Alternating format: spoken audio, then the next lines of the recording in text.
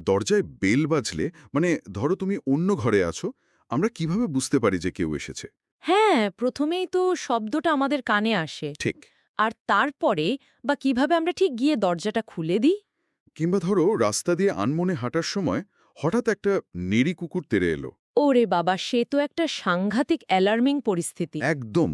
কোনো কিছু চিন্তা করার আগে কিভাবে আমাদের পায়ের পেশিগুলো দৌড়াতে শুরু করে, হৃৎপিণ্ড দ্রুত পাম্প করতে থাকে, আর শ্বাস-প্রশ্বাস একসাথে এত নিখুঁতভাবে কাজ করা শুরু করে, হ্যাঁ, চোখের পলকে এতগুলো ঘটনা একসাথে ঘটে যায়। তাই না?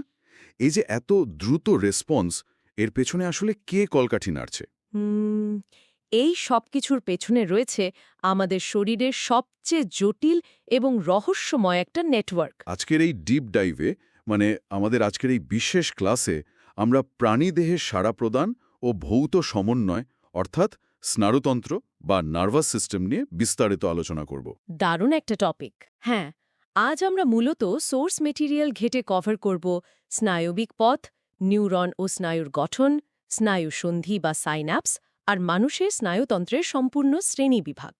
এই সোর্সগুলো ঘাঁটতে গিয়ে আমি সত্যি অবাক হচ্ছিলাম। মানে শরীরের ভেতরে যে এত ফাস্ট একটা কমিউনিকেশন সিস্টেম আছে, সেটা তো খালি চোখে বোঝার উপায় নেই। তো ওই যে কুকুর তাড়া করার বিষয়টা দিয়ে শুরু করলাম, একটা সাধারণ দৌড়ের সময় শরীরের ভেতরে আসলে কি মেকানিজম কাজ করে? আসলে যখনই কুকুরটা তাড়া করে আর শরীর দৌড়ানোর জন্য প্রস্তুত হয়, ঠিক সেই মুহূর্তে আমাদের স্নায়ুতন্ত্র পুরো শরীরের কন্ট্রোল নিয়ে নেয়। আচ্ছা। প্রথমে সে আমাদের হৃদস্পন্দন আর রক্তচাপ বাড়িয়ে দেয়। কেন দেয়? কারণ দৌড়ানোর জন্য পায়ের পেশিতে প্রচুর শক্তির দরকার। আর শক্তির জন্য দরকার অক্সিজেন ও গ্লুকোজ। একদম ঠিক। তাই স্নায়ুতন্ত্র খুব দ্রুত রক্তচাপ বাড়িয়ে পায়ের পেশিতে বেশি পরিমাণ অক্সিজেন এবং গ্লুকোজ পৌঁছানোর ব্যবস্থা করে। তার মানে শুধু যে পায়ের পেশি কাজ করছে তা নয়, একই সাথে হৃৎপিণ্ড আর শ্বাসযন্ত্র হাই অ্যালার্টে চলে যাচ্ছে, তাই তো? হ্যাঁ, দৌড়ের সময় মস্তিষ্ক রক্তে অক্সিজেনের মাত্রা কমে যাওয়াটা ডিটেক্ট করতে পারে। সাথে সাথে সে ফুসফুস, পঞ্জরাস্থি সংলগ্ন পেশি এবং মধ্যচ্ছদাকে সিগন্যাল পাঠিয়ে দেয়। আচ্ছা। যাতে আমরা দ্রুত শ্বাস নিতে পারি। ঠিক, এই যে পরিবেশের একটা উদ্দীপনা বা সিগন্যাল থেকে শুরু করে পেশির কাজ করা পর্যন্ত পুরো ঘটনাটা, এটা একটা নির্দিষ্ট পথের মাধ্যমে ঘটে। জীববিজ্ঞানের ভাষায় একে বলে স্নায়বিক পথ বা নিউরাল পাথওয়ে। হুম। এই নিউরাল পাথওয়ে ধাপগুলো নিয়ে সোর্সগুলোতে বেশ ডিটেলসে বলা আছে। এটা মূলত ৫টা ধাপে কাজ করে, তাই তো? হ্যাঁ, ৫টা মূল অংশ থাকে। প্রথমে থাকে গ্রাহক বা রিসেপ্টর, তারপর সংজ্ঞাবহ স্নায়ু বা সেন্সরি নার্ভ, এরপর স্নায়ু কেন্দ্র বা নার্ভ সেন্টার, সেখান থেকে চেষ্টীয় স্নায়ু বা মোটর নার্ভ, আর শেষে কারক বা ইফেক্টর। এই ধাপগুলো কিভাবে একটার পর একটা কাজ করে সেটা একটু ভেঙে বলা যাক। ভাবো তো, এইটা বুঝতে আমি একটা অ্যানালজি তৈরি করছিলাম। ব্যাপারটা অনেকটা চিঠি পাঠানোর মতো মনে হয়। চিঠি পাঠানো ইন্টারেস্টিং। কিভাবে? ধরো, এই গ্রাহক বা রিসেপ্টর, মানে আমাদের চোখ বা কান, এরা হলো পাড়ার পোস্ট বক্সের মতো। বাইরের পরিবেশ থেকে উদ্দীপনা বা চিঠিটা প্রথমে ওই পোস্ট বক্সে জমা পড়ল। বুঝতে পারছি। এরপর সংজ্ঞাবহ স্নায়ু বা সেন্সরি নার্ভ হলো সেই পিয়নের মতো, যে ওই চিঠিটা পোস্ট বক্স থেকে নিয়ে সোজা মেন পোস্ট অফিসে চলে যায়। আর আমাদের মস্তিষ্ক বা সুষুম্না কাণ্ড হলো সেই মেন পোস্ট অফিস। দারুণ বলেছ। আর এই মেন পোস্ট অফিসে কিন্তু সবচেয়ে গুরুত্বপূর্ণ কাজটা হয়। ঠিক। এখানে চিঠিটা পড়া হয়, প্রসেস করা হয়, আর সিদ্ধান্ত নেওয়া হয় যে এখন কি রেসপন্স করতে হবে। একদম। আর ওই সিদ্ধান্তটা আরেকজন পিয়ন, মানে চেষ্টীয় স্নায়ু বা মোটর নার্ভ, একটা নির্দেশিকা হিসেবে নিয়ে সোজা নির্দিষ্ট ঠিকানায় পৌঁছে দেয়। হ্যাঁ, আর এই ঠিকানাটাই হলো কারক বা ইফেক্টর, যেমন আমাদের পায়ের পেশি বা কোনো গ্রন্থি। সিগন্যাল পেলেই পেশি সংকুচিত হয় আর আমরা দৌড়াতে শুরু করি। এই অ্যানালজিটা থেকে পুরো সিস্টেমের আর্কিটেকচারটা খুব পরিষ্কার হয়ে যায়, তাই না? তবে এখানে একটা বিষয় লক্ষ্য করার মতো। এই যে চিঠিটা পৌঁছালো আর কাজ হলো, এর গতি কিন্তু অভাবনীয়। চোখের পলকে ঘটে যায়। তাহলে এখান থেকে বোঝা গেল স্নায়ু খুব দ্রুত কাজ করে। কিন্তু আমার একটা খটকা লাগছে এখানে। কি খটকা! আমাদের শরীরে তো হরমোনও আছে, যা বিভিন্ন অঙ্গের মধ্যে সমন্বয় সাধন করে। হরমোনও তো সিগন্যাল পাঠায় আর কি। তাহলে স্নায়ুতন্ত্র আর হরমোনের মধ্যে মূল তফাৎটা কোথায়? হুম, এই তফাতটা বুঝতে হলে আমাদের সোর্স মেটেরিয়ালে দেওয়া ৩টে মূল বিষয়ের দিকে তাকাতে হবে: কাজের গতি, স্থায়িত্ব এবং পরিণতি। আচ্ছা। প্রথমত হরমোনের কাজ করার ধরনটা অনেকটা ধীরগতির নদীর স্রোতের মতো। সে রক্তে মেশে তারপর ধীরে ধীরে টার্গেট কোষে পৌঁছায়। অন্যদিকে স্নায়ুতন্ত্র কাজ করে বিদ্যুতের ঝলকানির মতো, অত্যন্ত দ্রুত। দ্বিতীয় পার্থক্যটা কি? দ্বিতীয়ত হরমোন ধীরে কাজ করলেও এর প্রভাব অনেক দীর্ঘস্থায়ী হয়, কিন্তু স্নায়ুতন্ত্রের সিগন্যাল দ্রুত কাজ করলেও এর ফল খুবই ক্ষণস্থায়ী। পেশি সংকুচিত হল, দৌড়ালাম, সিগন্যাল শেষ। আর তৃতীয় তফাৎটা হলো পরিণতির জায়গায়। সোর্সে একটা খুব ইন্টারেস্টিং পয়েন্ট আছে। হ্যাঁ, হরমোন তার কাজ শেষে ধ্বংস হয়ে যায় বা শরীর থেকে বেরিয়ে যায়, কিন্তু স্নায়ুতন্ত্র কাজ শেষে কখনোই বিনষ্ট হয় না। মানে এটা একটা পার্মানেন্ট হার্ডওয়্যারের মতো আর কি। ঠিক তাই, হরমোন হল কেমিক্যাল মেসেঞ্জার, যা একবার ব্যবহার হয়ে গেলে শেষ।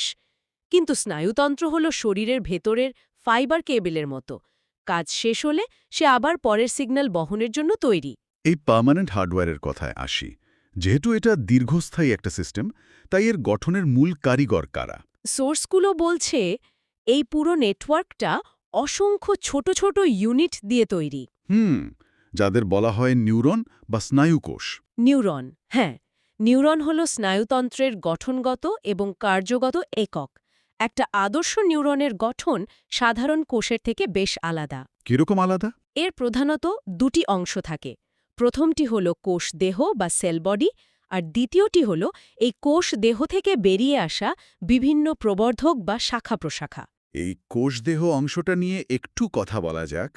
এর ভেতরে নিউরোপ্লাজম থাকে, একটা নিউক্লিয়াস থাকে, আর বিশেষ কিছু দানা থাকে, যাদের নিসেল দানা বলা হয়। একদম ঠিক।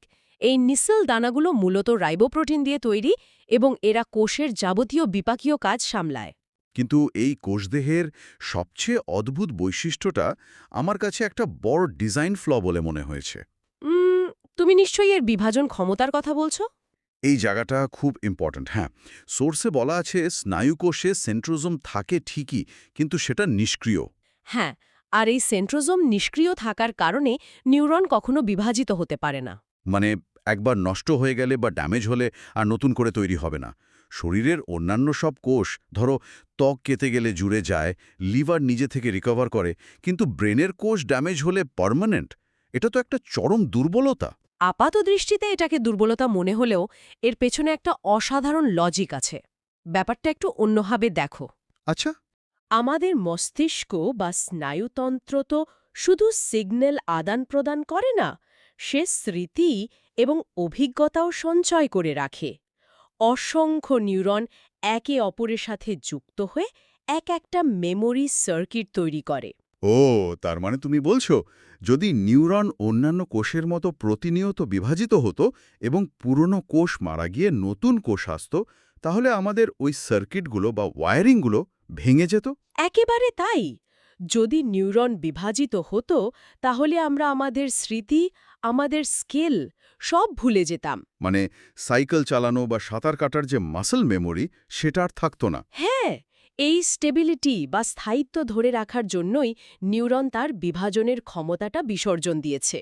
দারুণ একটা পয়েন্ট। Stability over regeneration. আচ্ছা, কোষ দেহ তো বুঝলাম, কিন্তু এই যে প্রবর্ধক বা শাখা প্রশাখার কথা বলছিলে, এরা কি কাজ করে? ডেনড্রন তাহলে এই কোষ দেহে উদ্দীপনা বয়ে নিয়ে আসে, তাই না? ঠিক। নিউরনের প্রবর্ধক মূলত দুই ধরনের, ডেনড্রন এবং অ্যাক্সন। ডেনড্রন নামটা এসেছে গ্রিক শব্দ থেকে, যার অর্থ বৃক্ষ। এরা কোষ দেহ থেকে বেরিয়ে আসা ছোট অসংখ্য শাখাযুক্ত গঠন। ডেনড্রনের কাজ হল অন্যান্য নিউরন থেকে উদ্দীপনা সংগ্রহ করে কোষ দেহে টেনে আনা।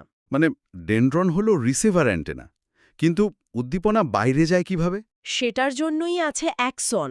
অ্যাক্সন হল ট্রান্সমিটার, যে সিগন্যালটাকে কোষ দেহ থেকে বাইরে বা পরবর্তী কোষে পাঠিয়ে দেয়। অ্যাক্সন হলো একটা লম্বা শাখাবিহীন তারের মতো অংশ। একটা নিউরনে অ্যাক্সন একটাই থাকে, আর এর গঠনটা ভীষণ ইম্পর্ট্যান্ট। হ্যাঁ, অ্যাক্সনের গায়ে যে আবরণগুলোর কথা বলা হয়েছে সেটা বেশ ইন্টারেস্টিং। একেবারে নিজস্ব আবরণটাকে বলছে অ্যাক্সোলেমা।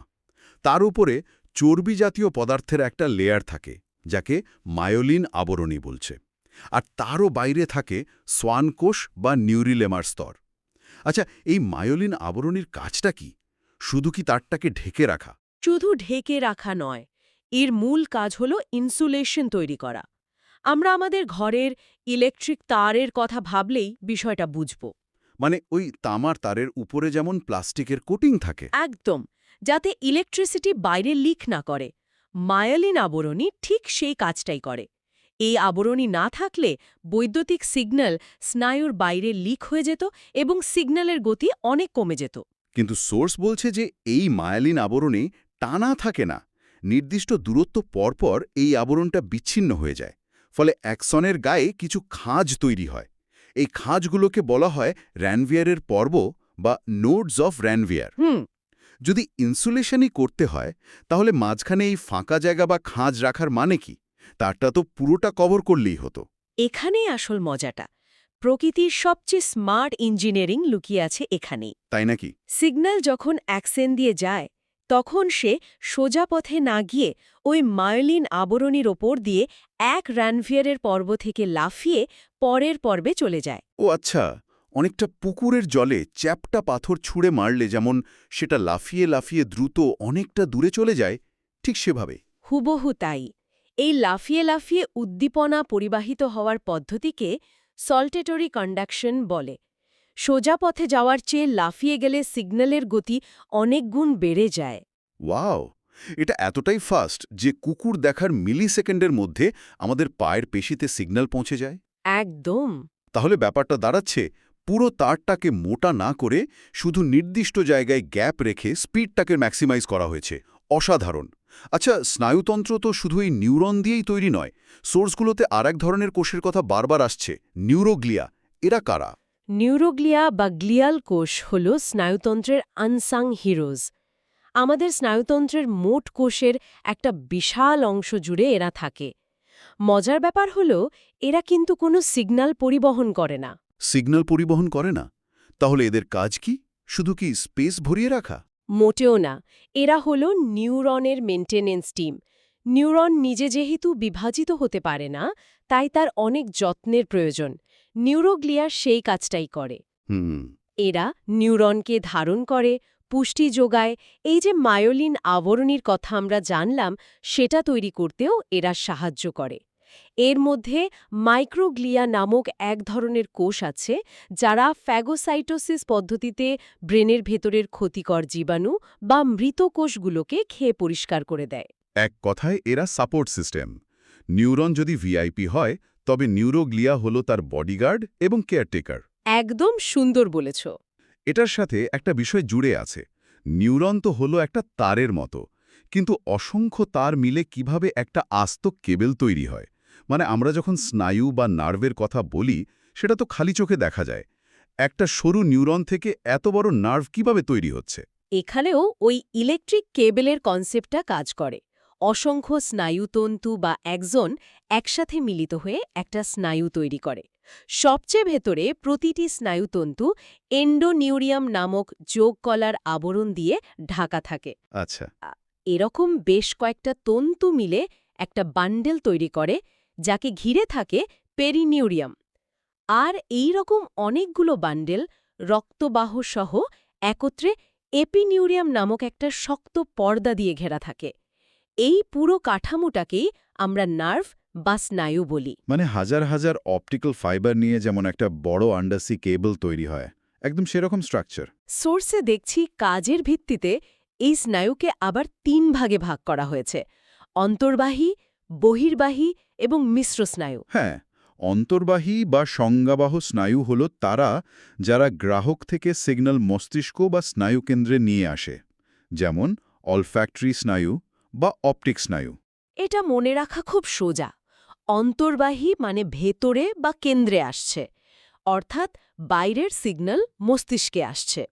আর দ্বিতীয়টা হল বহির্বাহী স্নায়ু। ঠিক, বহির্বাহী বা চেষ্টীয় স্নায়ু হল তারা যারা মস্তিষ্ক থেকে কমান্ড বা নির্দেশ নিয়ে বাইরে পেশি বা গ্রন্থিতে যায়, মানে কারকে যায়, যেমন চোখের পেশি নিয়ন্ত্রণকারী অকিউলোমোটর স্নায়ু। আর তৃতীয় ভাগটি হল মিশ্র স্নায়ু, তাই তো? হ্যাঁ, যা এই অন্তর্বাহী এবং বহির্বাহী উভয় প্রকার তন্তু দিয়ে গঠিত। এরা দুদিকেই কাজ করতে পারে, যেমন ফেসিয়াল স্নায়ু বা ভেগাস স্নায়ু। এই স্নায়ুর কথা বলতে গিয়ে একটা স্ট্রাকচারের উল্লেখ পেয়েছি, গ্যাংলিয়ন। এই গ্যাংলিয়ন জিনিসটা কি? এটা কি স্নায়ুরই কোনো অংশ? গ্যাংলিয়ন বা স্নায়ুগ্রন্থি হল মূলত প্রান্তীয় স্নায়ুতন্ত্রের একটা অংশ। যখন বেশ কিছু নিউরনের কোষদেহ একসাথে যোগকলা দিয়ে আবৃত হয়ে একটা স্ফীত গ্রন্থি তৈরি করে, তাকেই গ্যাংলিয়ন বলে। এদের কাজ কি?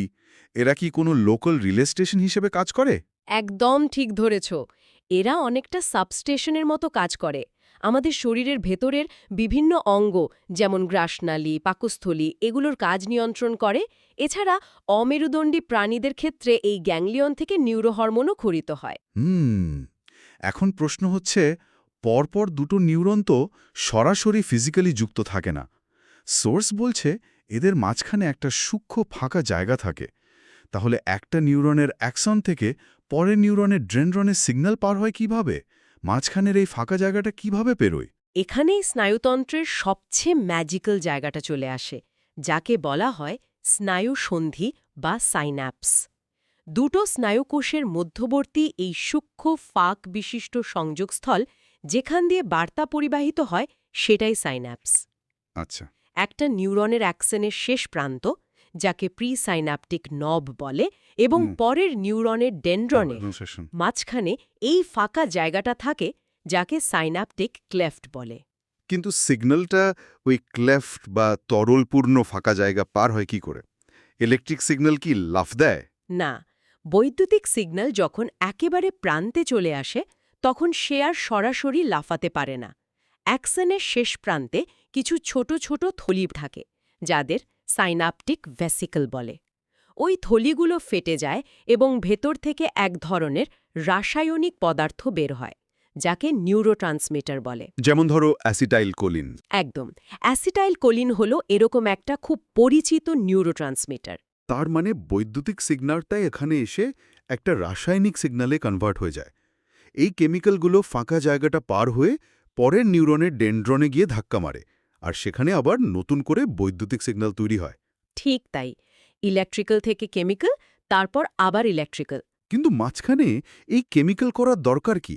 ডিরেক্ট ইলেকট্রিক্যাল সিগন্যাল গেলেই তো ফাস্ট হতো।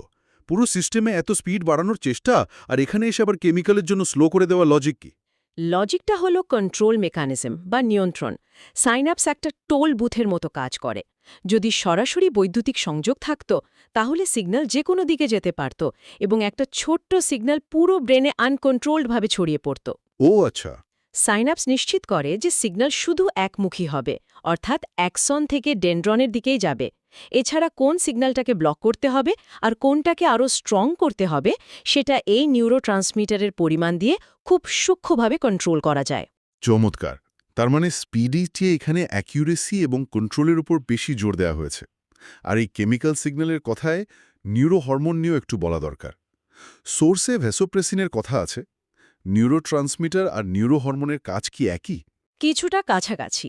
স্নায়ুকোষ থেকে খরিত যে হরমোন রক্তে মিশে কাজ করে, তাকে নিউরোহরমোন বলে। এরাও দেহের বিভিন্ন শারীরবৃত্তীয় কাজ এবং স্নায়বিক নিয়ন্ত্রণে সাহায্য করে। এই পুরো নার্ভাস সিস্টেমের ডিটেলস ঘাটতে ঘাটতে আমরা অনেকটা গভীরে চলে এসেছি। এবার যদি একটু জুম আউট করে মানুষের পুরো স্নায়ুতন্ত্রের একটা ছক বা শ্রেণীবিভাগ তৈরি করি, সেটা দেখতে কেমন হবে? মানুষের স্নায়ুতন্ত্রকে প্রধানত ৩টে ভাগে ভাগ করা যায়। প্রথমটি হল কেন্দ্রীয় স্নায়ুতন্ত্র বা সেন্ট্রাল নার্ভাস সিস্টেম। এটি আমাদের দেহের হেডকোয়ার্টার, যা মস্তিষ্ক এবং সুষুম্নাকাণ্ড নিয়ে গঠিত। আর দ্বিতীয় ভাগটা হল প্রান্তীয় স্নায়ুতন্ত্র বা পেরিফেরাল নার্ভাস সিস্টেম। হ্যাঁ, কেন্দ্রীয় স্নায়ুতন্ত্র থেকে বের হওয়া অসংখ্য স্নায়ু, যা আমাদের সারা দেহে জালের মতো ছড়িয়ে পড়েছে, সেগুলোই এই অংশ। এর মধ্যে রয়েছে মস্তিষ্কের সাথে যুক্ত ১২ জোড়া করোটি স্নায়ু আর সুষুম্নাকাণ্ডের সাথে যুক্ত ৩১ জোড়া সুষুম্না স্নায়ু। কিন্তু এই দুটো ভাগ ছাড়াও তৃতীয় একটা ইন্টারেস্টিং ভাগ আছে, স্বয়ংক্রিয় স্নায়ুতন্ত্র বা অটোনমিক নার্ভাস সিস্টেম। নাম শুনেই বোঝা যাচ্ছে এরা অটোমেটিক বা স্বাধীনভাবে কাজ করে। আমাদের হৃৎপিণ্ডের স্পন্দন, পরিপাকতন্ত্রের কাজ, এগুলো তো আমরা নিজের ইচ্ছায় নিয়ন্ত্রণ করতে পারি না। একদমই না। এই স্বয়ংক্রিয় স্নায়ুতন্ত্রই এগুলোকে সামলায়। আর একে আবার দুটি দারুণ ভাগে ভাগ করা যায়: সমবেদী এবং পরাসমবেদী স্নায়ুতন্ত্র। খেয়াল করো, ওই যে শুরুতে কুকুর তাড়া করার কথা বলেছিলাম তার সাথে এই ভাগ দুটোর সরাসরি সম্পর্ক আছে। হ্যাঁ, সমবেদী বা সিম্পাথেটিক সিস্টেমকে বলা যায় গাড়ির অ্যাক্সেলারেটরের মতো। একে ফাইট অর ফ্লাইট সিস্টেমও বলে। যখনই বিপদের পরিস্থিতি আসে এই সিস্টেম অ্যাক্সেলারেটরে চাপ দেয়, হৃৎস্পন্দন বাড়িয়ে দেয়, যাতে আমরা মোকাবেলা করতে পারি। আর ঠিক উল্টো কাজটা করে পরাসমবেদী বা প্যারাসিম্প্যাথেটিক স্নায়ুতন্ত্র। এটি হল রেস্ট অ্যান্ড ডাইজেস্ট সিস্টেম, মানে গাড়ির ব্রেকের মতো। বিপদ কেটে গেলে শরীরকে শান্ত করে। ঠিক ব্লাড প্রেশার কমায়, শ্বাস-প্রশ্বাস স্বাভাবিক করে। এই দুটো সিস্টেম সবসময় একে অপরের বিপরীতে কাজ করে শরীরের ভেতরে একটা নিখুঁত ব্যালেন্স তৈরি করে রাখে। সত্যি শরীরের ভেতরে কি অভাবনীয় একটা ইঞ্জিনিয়ারিং চলছে। আজকের এই ডিপ ডাইভ থেকে আমরা অনেক কিছু কভার করলাম। হ্যাঁ, খুব সংক্ষেপে বললে একটা উদ্দীপনা কিভাবে নিউরাল পাথওয়ে হয়ে কার্কে পৌঁছায়, নিউরনের গঠন, মায়োলিন আবরণীর কাজ, সাইন্যাপসের কেমিক্যাল ব্রিজ, আর শেষে স্নায়ুতন্ত্রের 3টে মূল শ্রেণীবিভাগ আমরা জানলাম। একদম। কিন্তু শেষ করার আগে তোমাদের সবার জন্য একটা ভাবনার খোরাক রেখে যাই। ভাবো তো, সাইন্যাপসে যদি নিউরোট্রান্সমিটার ঠিকমতো কাজ না করে বা ক্ষরণ বন্ধ হয়ে যায়, তাহলে আমাদের শরীরে উদ্দীপনা পরিবহনের কী অবস্থা হবে? খুব ইন্টারেস্টিং একটা প্রশ্ন। এই নিয়ে তোমরা একটু চিন্তা করো। আজকে তাহলে এই পর্যন্তই। পরবর্তী ক্লাসে আবার দেখা হবে।